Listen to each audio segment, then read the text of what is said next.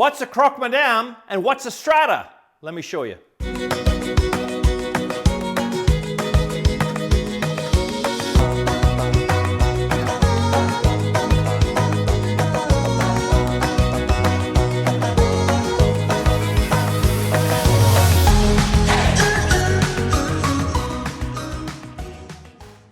Hey, Chef Des coming at you from my kitchen again, corporate chef of BC Egg. Today we're going to make a Croque Madame Strata. So a Croque Madame sandwich is ham and cheese and egg, and it's amazing. And a Strata is a savory bread pudding. So we're going to make a Strata that tastes like a Croque Madame sandwich. And this is an amazing dish that you can have prepared in advance, put it in the fridge overnight, bake it off in the morning, and you have an incredible breakfast for the whole crowd.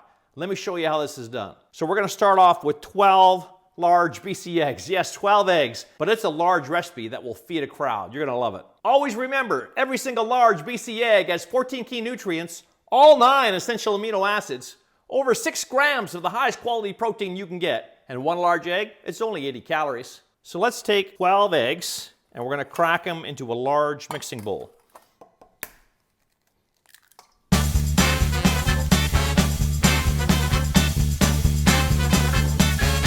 And number 12. And then to those 12 large eggs, we're going to add a couple tablespoons of Dijon mustard, which is a classic ingredient in a Croque Madame sandwich, and a 1/4 teaspoon of ground nutmeg. And we're just going to take a whisk and we're just going to blend that together.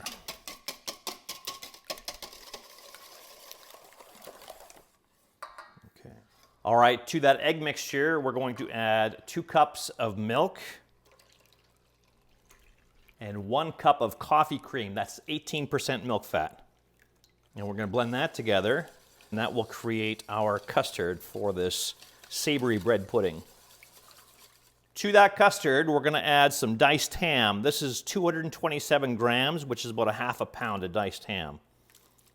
Then we're going to do a couple of different cheeses. We have a white cheddar here, grated. That is 1 1/4 cups. And then we also have what's called an Oka cheese. You can find this everywhere. It's from Oka, Quebec. It's a very unique flavor and a creamy texture. You're really going to love it. So we're doing 1 1/4 cups of grated Oka cheese as well. While we're talking about the cheeses, I also have reserved an extra 1/4 cup of the white cheddar and an extra 1/4 cup of the Oka cheese that we're going to put on the top of this Strata once it goes in the oven. We're also going to add a 1/4 cup of fresh parsley, 1 teaspoon of salt. Now you may be thinking, only 1 teaspoon of salt for 12 eggs? That doesn't seem like enough seasoning. But remember that ham is salty and you're going to get a lot of seasoning from the ham. And then a 1/2 teaspoon of pepper. And we're just going to blend that all in. No need to use a whisk now with the chunks in there. Just a spatula is fine. And we're going to set that aside. Then we're going to take a second large mixing bowl and take a large French loaf, approximately a pound, just under, or you could do, a couple of baguettes. And we're just going to rip this into chunks, about 1 to 2 inch chunks, the whole loaf. This is what's going to make up our bread of the bread pudding part of this Strata. If you have kids kicking around, grandchildren, nieces, nephews, whoever, they'll find it so fun if you just hand them a loaf of bread and say, here, tear it into pieces, right? They'll just think it's the greatest thing ever. So give that a try. All right, there's the last of it right there. And then we're going to take that prepared custard and we're going to pour it all over that bread.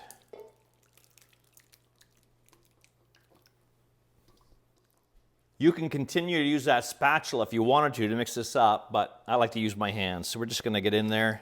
Make sure it's thoroughly distributed, coating that bread, and thoroughly mixed. And all I do is I just press it into a nice even layer so there's equal amount of moisture in this whole batch of ingredients. All right. And then what you want to do, wash your hands first, and then put this whole bowl in the refrigerator for at least an hour or overnight. If you're doing it overnight, then I would cover it. And there's one more element of prep that we're going to do while this is chilling. Okay, we have that bowl in the fridge. We're gonna make some caramelized onions. So we're gonna start off with a large onion, and I wanted to show you this. A lot of times I'll have stuff like this prepped already, but I wanna show you a great cut for your onion. So we're just gonna take off that, what I call the hairy bit of the onion, and then on the other end, you'll have a stem bit. We're gonna cut that off. Sit that nice and flat on the board now, and cut that in half. Now what we're gonna do is peel it.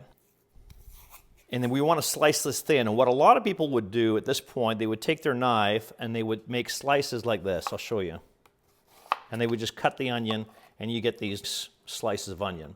There's nothing wrong with that, but I just want to show you a different way. So instead of doing it this way, parallel to the top and the bottom where we cut off, just turn it a quarter turn and then just cut it working the curvature of the onion. I'll show you how different it looks. And it looks much nicer too. So if you look at these cuts here that I just did versus these ones, these are like half moons, okay? And these ones here, they're more like, I don't know, crescents. They just look better. They just look more attractive to the eye doing this cut. So it just gives you a bit of a fancier cut. There's no more work to do this cut over this cut, but it just looks better, especially when you're having the onions on the top of the dish and they're gonna be showing. This is what we're gonna do for this strata. So I'd rather have this cut than that cut. So I'm just gonna continue cutting this onion in that exact same manner. You can just leave them in slices too. You don't have to break them up like that. That will happen in the pan. Let's just put that into a bowl. And we're gonna head over to the stovetop. So in a nonstick pan, medium heat, we're gonna add some olive oil, 1 tablespoon, and a tablespoon of butter. Once that butter melts, that's going to be your indication that the pan is hot enough for you to put the onions in. All right, butter is melted now. We're going to take these onions. Look at those beautiful cuts. We'll stir them around, let them have a good coat of oil and butter, and then we're just gonna let them cook on that medium heat until they become just slightly caramelized. We're not looking for a full caramelization here. You'll see them just start to brown, and I'll show you that. While we're waiting for the onions, let's butter a casserole dish. So this is a 9 by 13 casserole dish, your standard cake pan size. We're just gonna take a little bit of room temperature butter. Again, I like to use my fingers. You can use a paper towel if you want to. And we're just gonna get a nice coating of butter on the bottom and up the sides of this casserole dish. And we'll just set that aside. Okay, there's the onions. You can see that they're just slightly caramelized. That's what we're looking for. We don't want them too brown, but we do want them cooked. And we're just gonna set those aside.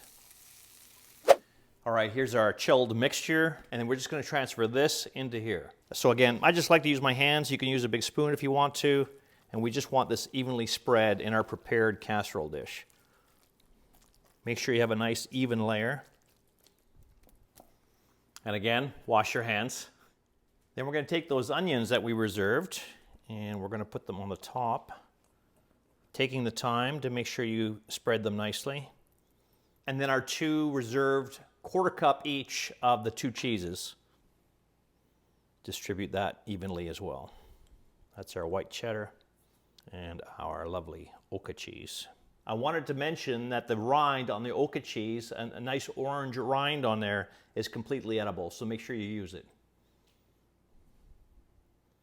Now you want to bake this in a 350-degree oven for about 45 to 50 minutes until it's fully cooked through and it's nicely browned on top. And I'll show you, when we come back, how to check it.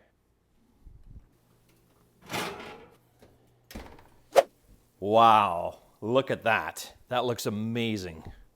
And I wish you could smell these aromas in my kitchen right now. I'm so excited. So how we're gonna do this, we're gonna take just a butter knife and we're gonna put it in the center, and it should come out clean. And that shows you that it's perfectly cooked all the way through.